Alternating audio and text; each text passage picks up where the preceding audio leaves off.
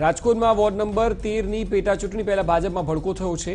વોર્ડના ભાજપના મહામંત્રી સંજયસિંહ વાઘેલાએ અપક્ષમાંથી ફોર્મ ભર્યું।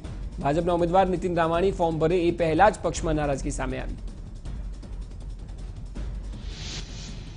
રાહુલ ગાંધી 13 જાન્યુઆરી ગુજરાત આવી રહી યુવા ક્રાંતિ યાત્રામાં ભાગ લે તેવી સંભાવના છે। ગુજરાત પ્રવાસ દરમિયાન આણંદથી શામળાજી સુધી યુવા ક્રાંતિ યાત્રાનું આયોજન છે। ઉપરાંત રાહુલ ગાંધી હિંમતનગરમાં કોર્નર મીટિંગ પણ કરી શકે છે। અમરેલીના રાજુલાના પ્રમુખ સહિત ઉપપ્રમુખને હોદ્દા પરથી દૂર કરાયા છે। કોંગ્રેસના 3 સભ્યોની તાલુકા પંચાયતમાંથી હકાલપટ્ટી કરવામાં આવી। સામાન્ય સભામાં 4 થી વધુ વખત ગેરહાજર રહેતા પદભ્રષ્ટ કર્યો હોવાથી હકાલપટ્ટી કરાઈ છે। જિલ્લા વિકાસ અધિકારીએ સભ્યોને હોદ્દા પરથી બરતરફ કર્યા છે। પ્રદેશ કક્ષાથી લઈને જિલ્લા કક્ષા સુધી કોંગ્રેસમાં આંતરિક વિવાદ ચાલી રહ્યો છે। ત્યારે સુરતમાં પણ નવા માળખામાં બાદબાકી થવાના કારણે નારાજ નેતાઓની બેઠક યોજાઈ। આ દરમિયાન તેમની સાથે થઈ રહેલા અન્યાય મુદ્દે ચર્ચા થઈ।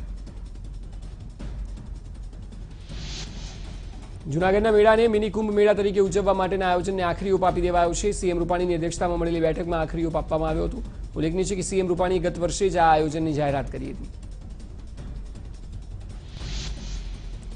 બનાસકાંઠાના મુખ્ય મથક પાલનપુર ખાતે રાજ્યકક્ષાના પ્રજાસત્તાક દિવસની ઉજવણી કરાશે, જેને લઈને વહીવટીતંત્ર સજ્જ બન્યું। પ્રજાસત્તાક પર્વની ઉજવણી નિમિત્તે 200 કરોડથી વધુના વિકાસ કામોનું લોકાર્પણ અને ખાતમુહૂર્ત કરવામાં આવશે।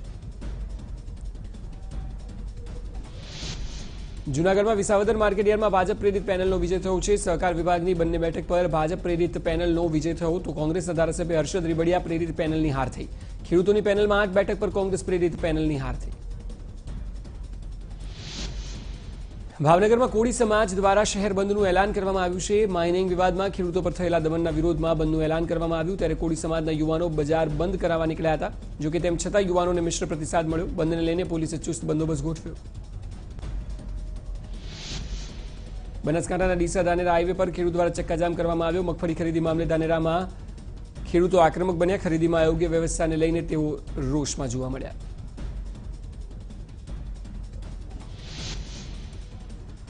અમદાવાદની વીએસ હોસ્પિટલનું વર્ષ 2019-20 ડ્રાફ્ટ બજેટ 172.15 કરોડ રજૂ કરવામાં આવ્યું। જોકે બજેટ રજૂ કરતી વખતે હોસ્પિટલના ટ્રસ્ટીઓ ગેરહાજર હોવાથી વહીવટીતંત્ર કોઈપણ જાતની જાણકારી આપવા તૈયાર નથી। હોસ્પિટલમાં 165.20 કરોડની ગ્રાન્ટ એએમસી આપશે તો રાજ્ય સરકાર 2 કરોડ ગ્રાન્ટ આપશે। અમદાવાદમાં વીએસ હોસ્પિટલના ખાનગીકરણ સામે કોંગ્રેસે ટાઉન હોલ ખાતે વિરોધ પ્રદર્શન કર્યું। મોઢે કાળી પટ્ટી બાંધીને કોંગ્રેસ દ્વારા વિરોધ કરવામાં આવ્યો। આ વિરોધ પ્રદર્શનમાં ધારાસભ્ય ગ્યાસુદ્દીન શેખ, વિપક્ષના નેતા દિનેશ શર્મા, શૈલેષ પરમાર સહિત લોકો ઉપસ્થિત રહ્યા।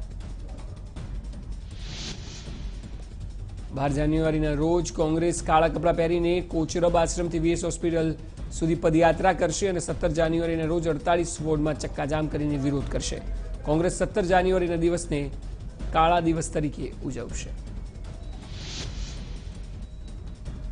ગુલબર્ગ હત્યાકાંડ કેસમાં હાઈકોર્ટની ખંડપીઠનો મહત્વનો હુકમ આપતા કહ્યું કે હાઈકોર્ટની વહીવટી પાંખ અપીલ માટેની પેપરબુક 4 અઠવાડિયામાં તૈયાર કરે।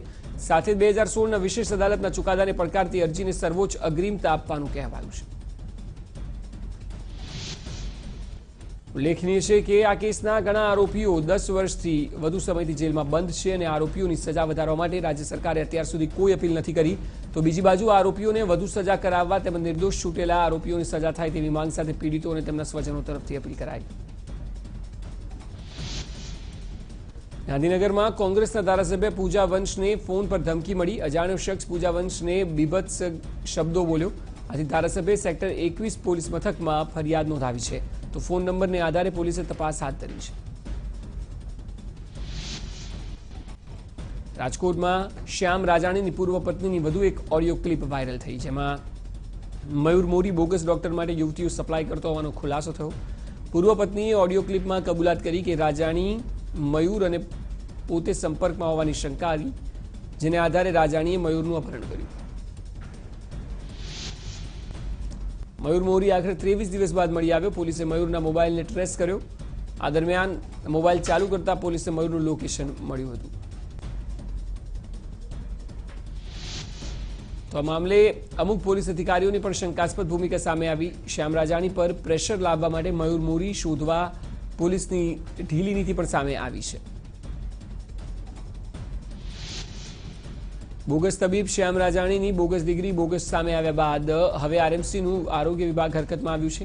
શ્યામ રાજાણી જેવી ઘટનાઓ ફરી ન બને તે માટે તમામ જગ્યાએ ધ્યાન રખાશે। રાજકોટમાં શ્યામ રાજાણી અને તેના પિતા હેમંત રાજાણી સામે વધુ એક પોલીસ ફરિયાદ નોંધાઈ. લાઈફ કેર હોસ્પિટલમાંથી સરકારી દવાનો જથ્થો મળી આવતા ફરિયાદ નોંધાઈ છે. મયુર મોરીએ આક્ષેપ કર્યો કે પગાર વધારવાનું કહી મને મળવા બોલાવ્યો, બાદમાં ડિવોર્સમાં તારો હાથ હોવાનું કહીને શ્યામ રાજાણીએ મને કારમાં બેસાડીને ઢોર માર્યો હતો.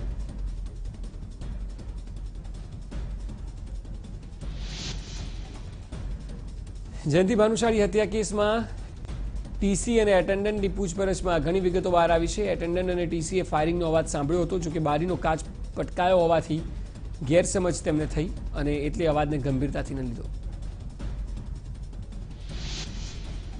તો આ મામલે રેલવે પોલીસે જે દિવસે ઘટના બની તે દિવસનો ચાર્જ મેળવ્યો છે અને ફર્સ્ટ ક્લાસના ડબ્બાના H1 કોચના તમામ 17 મુસાફરોના નિવેદન પણ લેવામાં આવશે.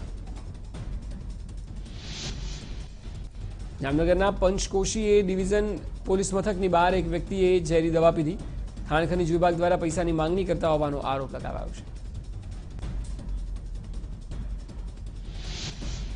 સાબરકાંઠાના હિંમતનગરમાં સહકારી જીંચાર રસ્તા નજીક બે પોલીસ કર્મીઓએ ચાલુ કારનું દારૂનું સેવન કરી રહ્યા હતા. દરમિયાન આસપાસના સ્થાનિકોએ બંનેને પકડીને માર માર્યો અને ડિવિઝન પોલીસને સોંપી દેવાયા હતા, જેમાં ભરત દેસાઈ અને મહિપાલસિંહ ચંપાવત નામના બંને પોલીસ કર્મીઓને સસ્પેન્ડ કરાયા છે.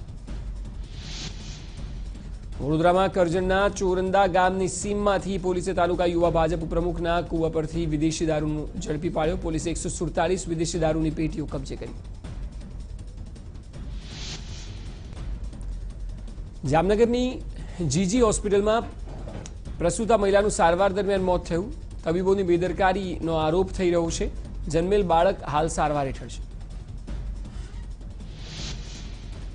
ઓગસ્ટ 2014માં વડોદરામાં એક રિક્ષા ચાલકને સમયસર પોઝિશન ન આપવાના કેસમાં પોલીસે બિલ્ડરની ધરપકડ કરી લીધી છે. ઉલ્લેખનીય છે કે પોઝિશન ન મળતા રિક્ષા ચાલકે આત્મહત્યા કરી હતી.